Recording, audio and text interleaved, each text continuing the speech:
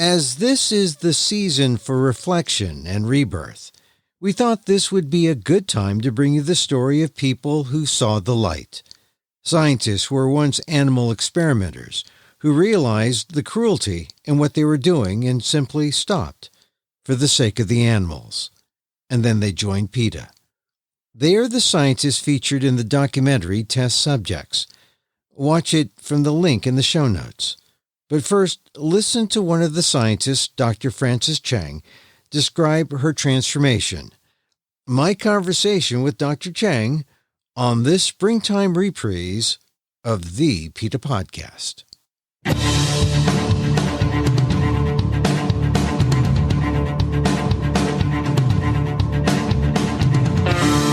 Welcome to the PETA podcast. I'm Emil Guillermo, your host for this behind-the-scenes look at PETA, the largest animal rights organization in the world.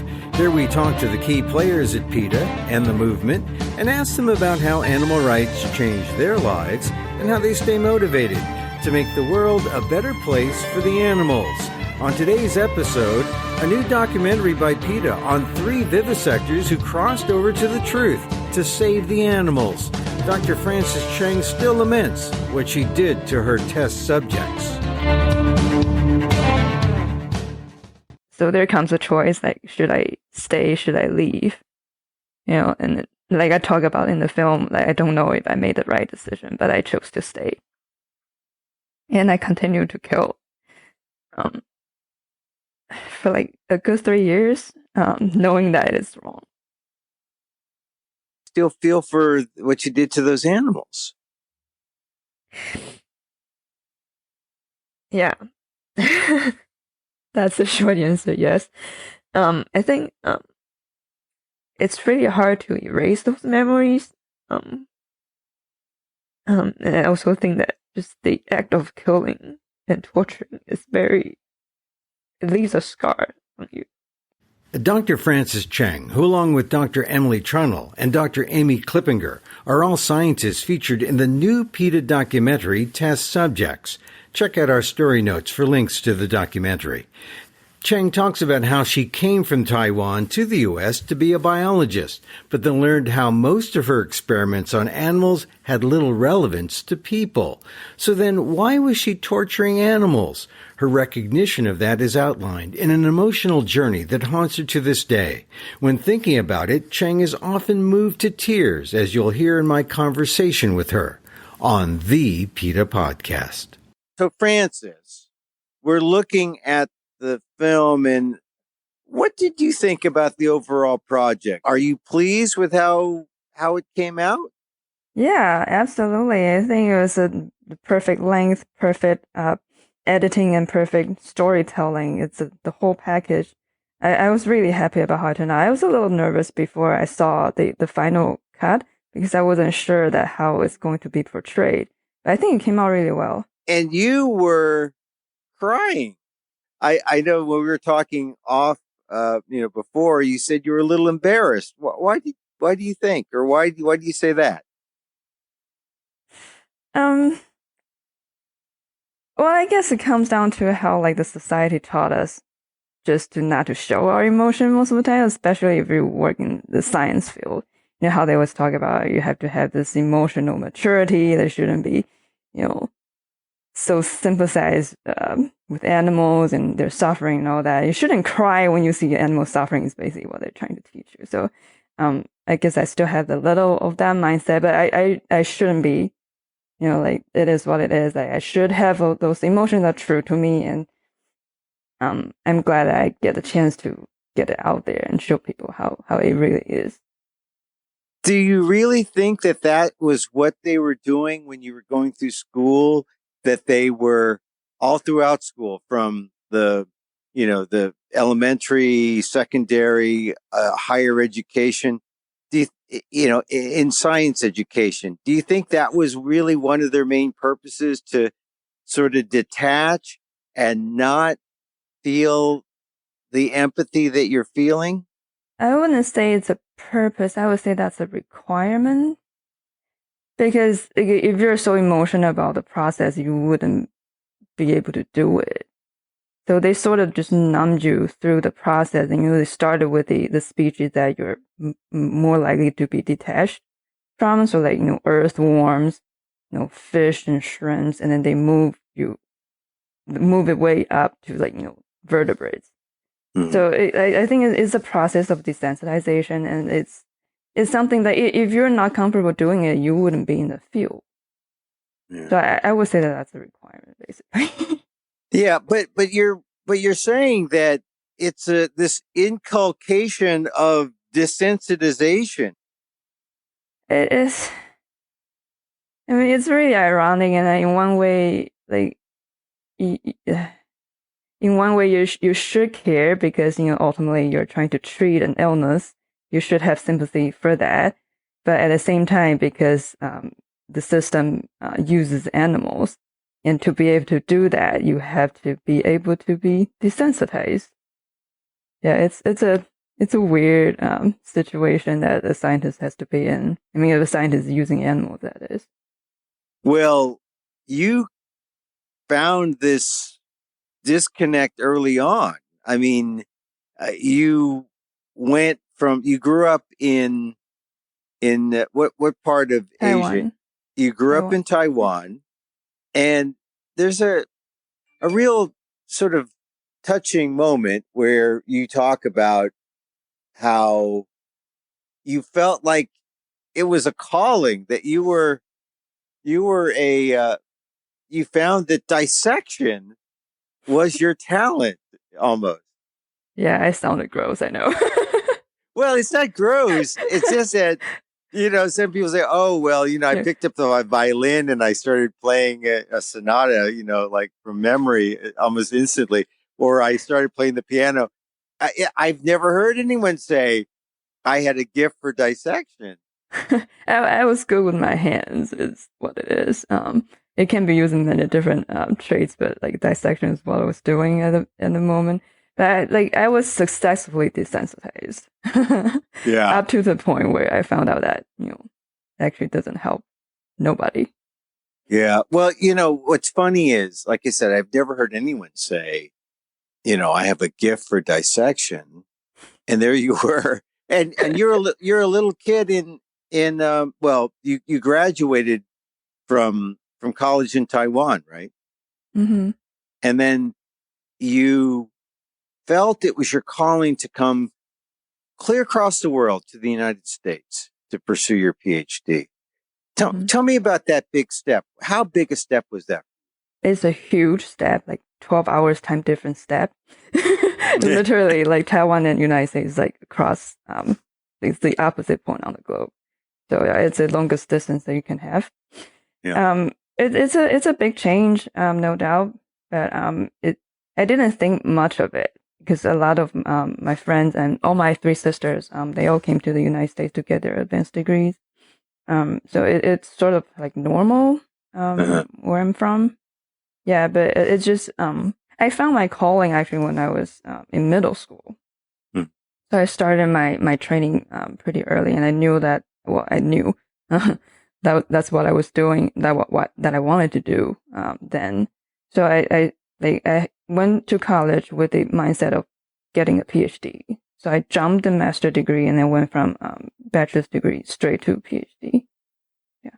And that brought you to the United States. Right. Now, you mentioned middle school where you found your calling. What was it that you were dissecting? Was it a flatworm? Was it what was it? There were all kinds. We had fish, frogs, mice, rats, a pig's head that you can get from just the market. Yeah, there are several different species. And what was your feeling?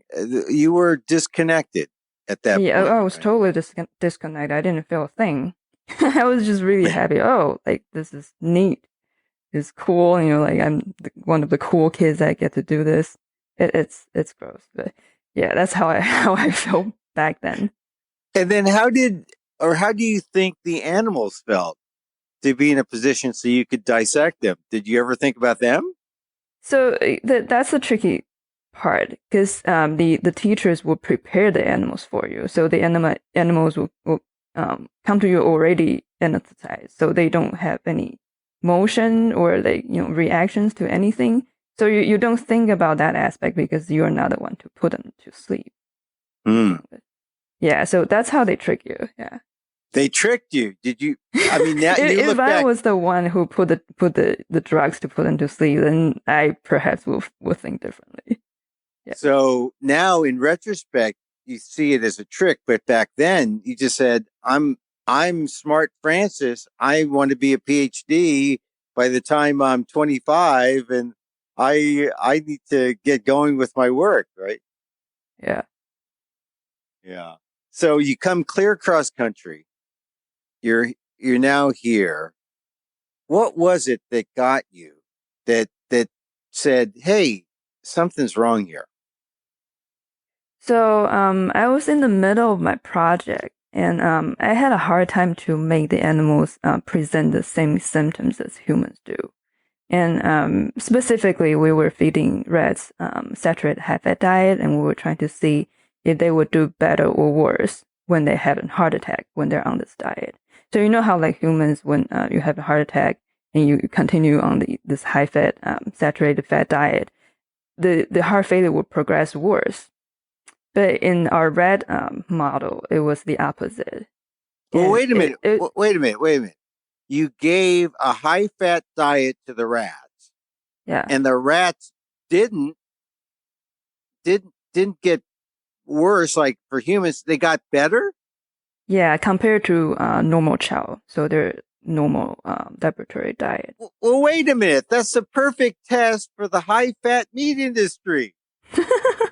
We weren't funded by any industry, just to be good. But yeah, that sounds like the perfect scenario, right? So and then the lab was like really surprised by this finding.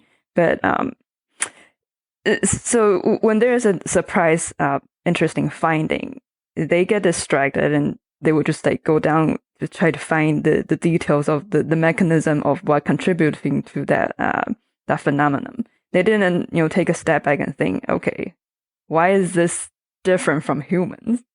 They're just trying to say, oh, like this is interesting. Let's find out what's making the rat behaving this way, and maybe that can be something that would be useful for the scientific community later on. But they didn't, pause and think, why is this rat behaving better on this high-fat diet compared to normal diet when it's the opposite in human?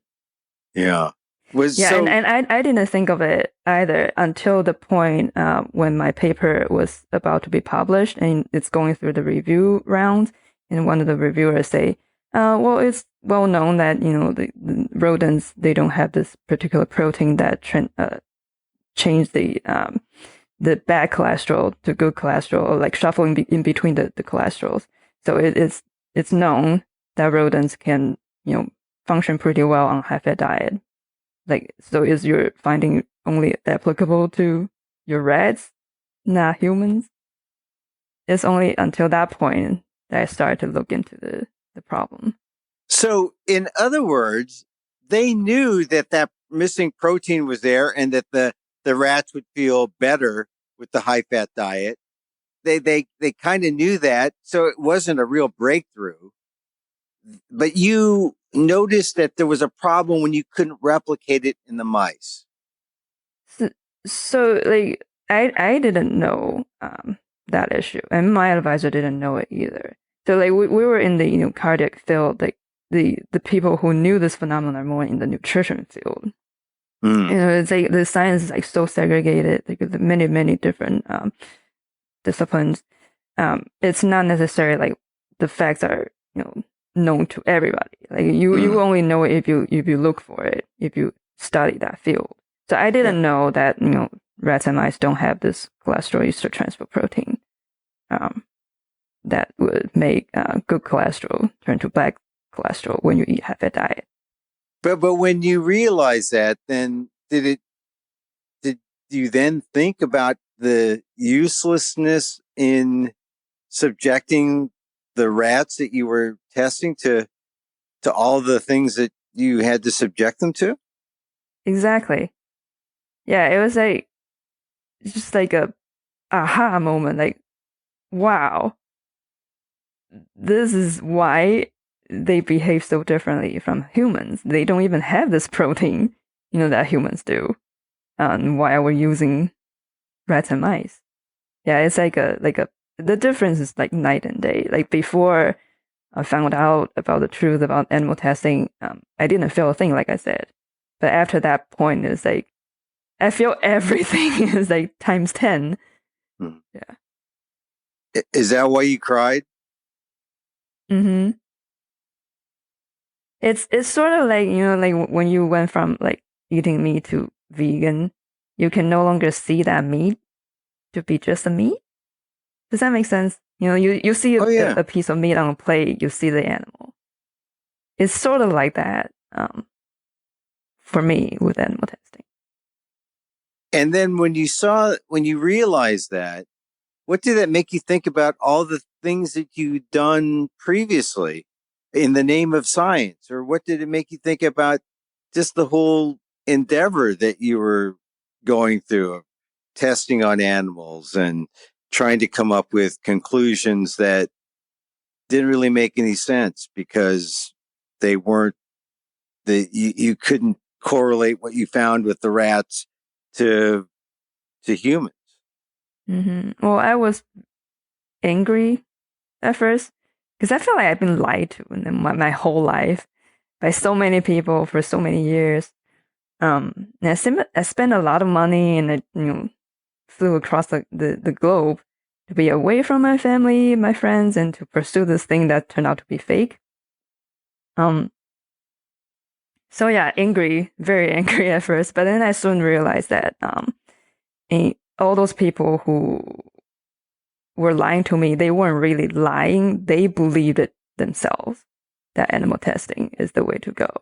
They were misled too.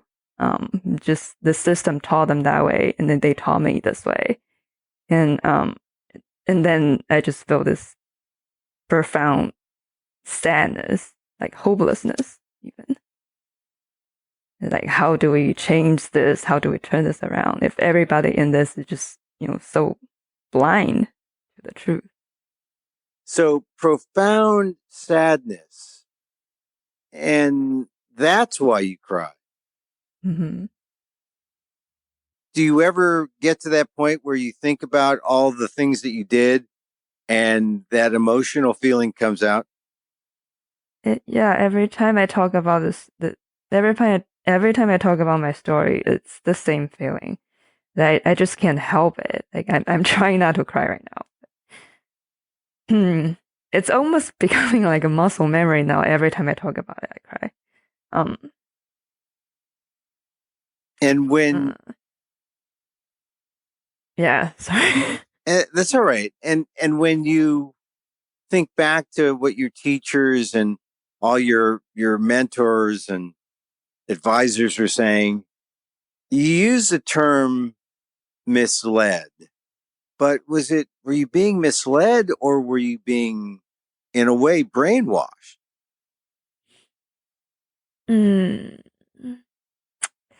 Well, I think all the professors that I encounter, they don't intend to lie to anybody or mislead anybody.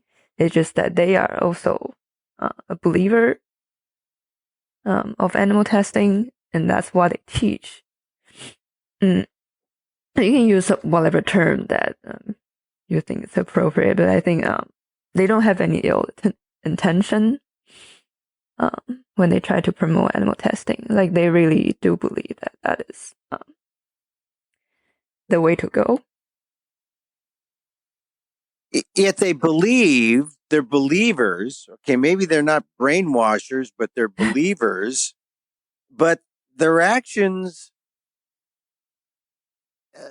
lead to real harm that can't be justified by science anymore.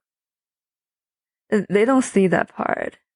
The basic scientists, they stay at the bench. And they think that what they produce knowledge, and the knowledge in itself has value. And whether the knowledge can be applied by someone in some way that's not their responsibility. That's the applicator's job to make use of the knowledge that they produce. So they don't think that, and they don't look at the harm that it causes, because they have this inherent belief that, like, on the scale, it would be a net positive, because there would be some kind of benefit down the road, even though it's not readily measurable. They just dish out the knowledge and that's it. I mean, yeah, they produce data. I wouldn't even call that knowledge, because it's pretty much junk. They produce information that can be debated or can be debunked, but they produce something. They didn't do nothing, but it's nothing coated with, or it's actually, I don't want to say evil, but there is cruelty that's coated with data. There's definitely cruelty involved, yes. And so you have just stated their justification. How difficult is it for you to extricate yourself from that world? Because that's the buy-in, right? You got to buy into that world.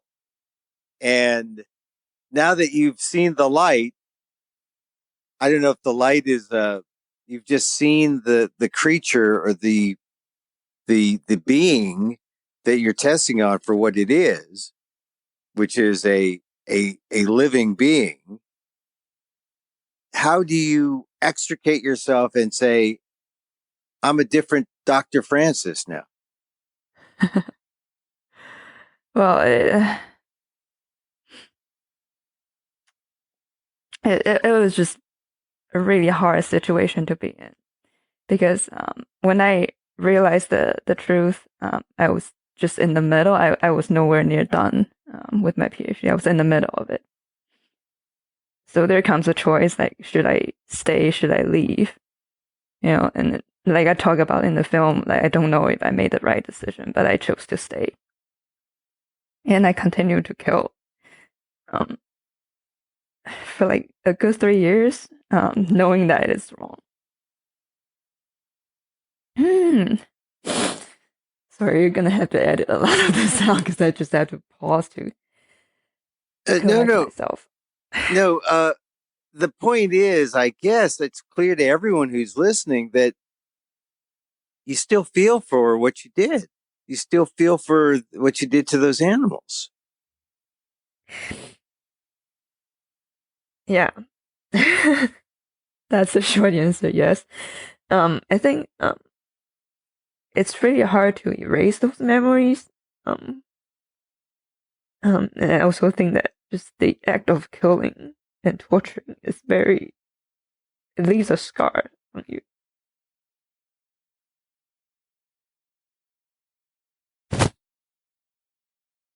I'm so glad I'm not on camera right now. Well, it would have made a better documentary. No, I appreciate you taking the time to talk about this, because it's important, because I think this is what happens when feeling people go into science. They stand up and they try to change it, or they try to let people know what the conflicts are. And the basic conflict is vivisection is cruelty to animals. And as you point out in the film, 95% of the cases, in terms of in terms of drug trials, they produce nothing, no real results. Mm-hmm. It's this exercise in futility that continues to be funded by the federal government, by all these different, funding sources, foundations, colleges, billions of dollars.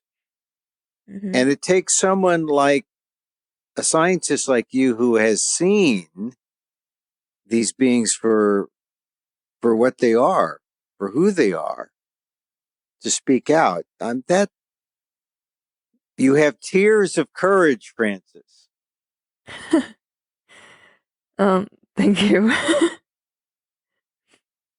I mean, for someone to feel this deeply, I think shows something to people who may be on the fence. Oh, it's just a flatworm. Oh, it's just a frog. Oh, it's a rat, right? How many rats have to go through this process in both research and in regulatory testing? The real problem of the system is that there's no consequence to the animal data not being applicable. The bench scientists, all they do is they churn out data and they publish papers and they get their tenure. They're safe in their position. There's nothing that can hold them accountable because if the data are not applicable, they're not being punished, even though they are the one who produced it and polluted the literature. And that's why it's so hard to change the system because everybody in there is just comfortable where they are, and the animal model is the perfect tools for them to get for them to get what they want. They get their prestige, they get their publication, they get their tenure, they get their money. It's a very comfortable position. Right, and that's why it's important when PETA is protesting the dog labs at Texas A&M, or when PETA is protesting vivisection around the country. The fact that there are no consequences for these vivisectors. I mean, no one says citizens arrest. No one says, no one goes up there. No counter mechanism. Yeah, unless there's a protest, right? Or really, the biggest consequence is if you do bad science. Well, you've said that it doesn't necessarily happen because even if they do bad science, they take their money away. Or they won't take their money away. So taking the money away would be considered the consequence. But there's some people doing bad science and they keep getting funded. Yeah, as long as they can get it published. As long as there are journals that will take it. Yeah. So we had you at mid-career or mid-step in your PhD. You kept going. You got your dissertation. And there's actually a clip of you in the film where you're giving your dissertation. But you wanted to tell me about your dedication. You wanted to have something in the dedication. What happened? Yeah, so in the written thesis, you can put your acknowledgement, your dedication. There's just a page where you should be allowed to write whatever you want to write. Right? So I had a line, I thank my family, I thank my boyfriend at the time, and I thank my vegan mentors and all that. And there was the fourth line that I initially put in. I think I say something like, "For all the animals that I've killed, I'm sorry that I was wrong." And then when I submitted this thesis to my advisor for checkup, he told me that knowing my committee, that line would not go well. That it'll jeopardize my chance of graduation. And he advised me to take it out. And I did. That is prior to the point of me getting my degree. So I had to comply. But when you see that clip where I was actually giving the presentation, that was at a point where I already graduated. That the public presentation was just a formality. That I had already passed my defense at that point. I had already gotten all the approval. And so during my public presentation, I actually get to talk about how useless my thesis was. So I spent the first half of it talking about my thesis, and the second half debunking it. That felt really good. Well, that's your penance, right?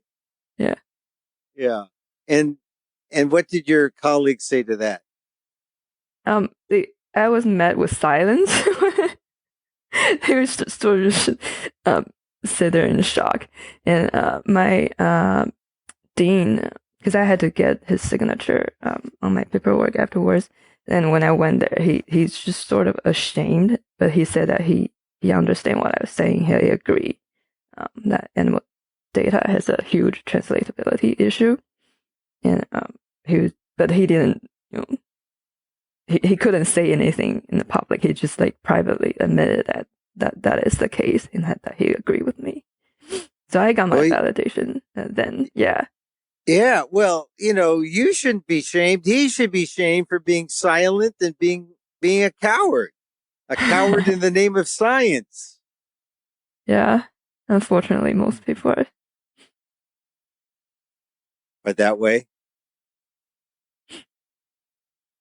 one of the things that you also bring out in the film is that, well, now you work for PETA, and now you can go out there and actually save animals and speak out against animal testing. And tell me about one of the things that you've done that has helped erase the memories of your research. So one of the good things working with PETA is that we get victories left and right. So I mentioned that I have an Excel file that I keep that tally all the animals that are saved in given cases, and I tabulate it and then calculate against the animals that I've killed. And I think it was last year that I finally reached balance point, and now I'm in the net positive, that I've saved more than I've killed. And those cases mainly come from food and beverage companies that I work with, and gotten them to ban animal testing for their R&D, for their marketing and basic research needs. Some of these companies are quite big, and they've done extensive animal testing. So one case would save like thousands of animals, hundreds and thousands of animals. General Mills, Kellogg's, Asahi, is it liquor? Sapporo, Kirin, these are all alcohol companies. Pernod Ricard, that's it, alcohol company as well. Yeah, I have about 2,000-3,000 companies. Oh no! Wow.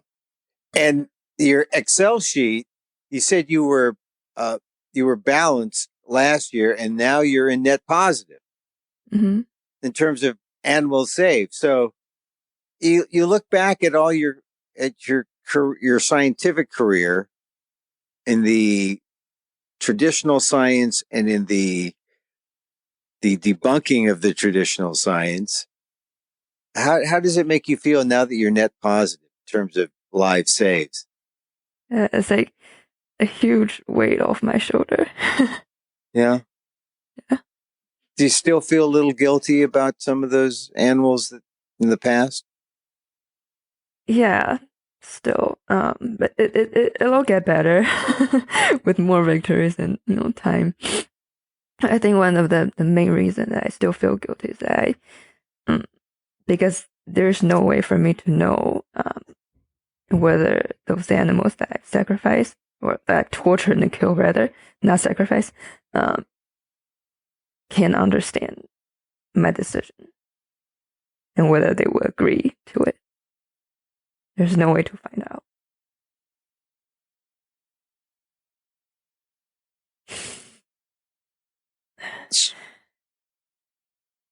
Francis. Sorry. Thank you very much for No, thank you very much for your time. People should see test subjects online. Go to PETA.org. There are links there. There are links in our show notes. Francis is just one of the 3 scientists that are featured. We've talked to Emily Trennell before. We've also talked to Amy Klippinger before. And we've never talked to you. And I'm really glad that we had this chance to talk about what the animals and what the documentary and how your life in science has evolved for the animals. So thank you, Francis. Thank you for giving me the chance. Maybe next time I'll try to do better. You did great. I mean, people need to see how emotional this is for people. If everyone felt the way you did, we'd have no vivisection, right? We could end vivisection in a day if we all had that feeling. So we have to teach people to get that feeling. How can we do that? I don't know. I think most people who can sympathize would not stay in the field. Yeah. Well, I mean, most people. That's one other thing that people keep saying, well, most scientists support animal testing. Well, duh, if you don't support it, you wouldn't continue to be a scientist. You wouldn't stay in the field. So, of course. That's where they are. They're all there. Thank you, Frances. Mm-hmm. Thank you so much, Emil.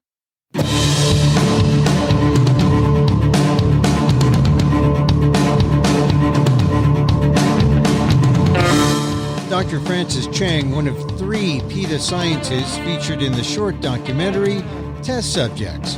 It's recently nominated for Best Documentary Short at the Lancaster International Short Film Festival, and that's taking place on July 25th. You can see the film on the link provided. It's all in the show notes.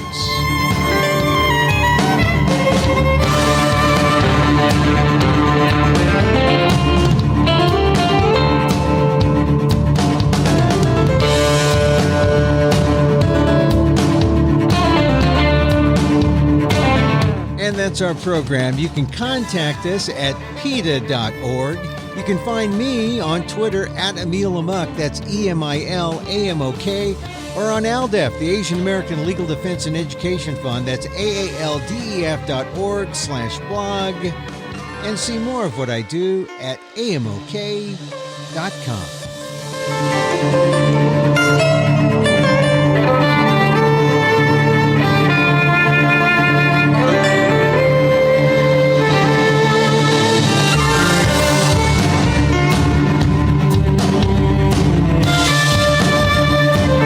Once again, thank you for listening. Check out all our episodes on Apple Podcasts, where you can rate and review the show. It helps get the word out about the issues you care about. Our music, provided by Carbon Works. You can check them out on YouTube. And join us again next time for more insight into animal rights and the fight for a cruelty-free world on the PETA Podcast.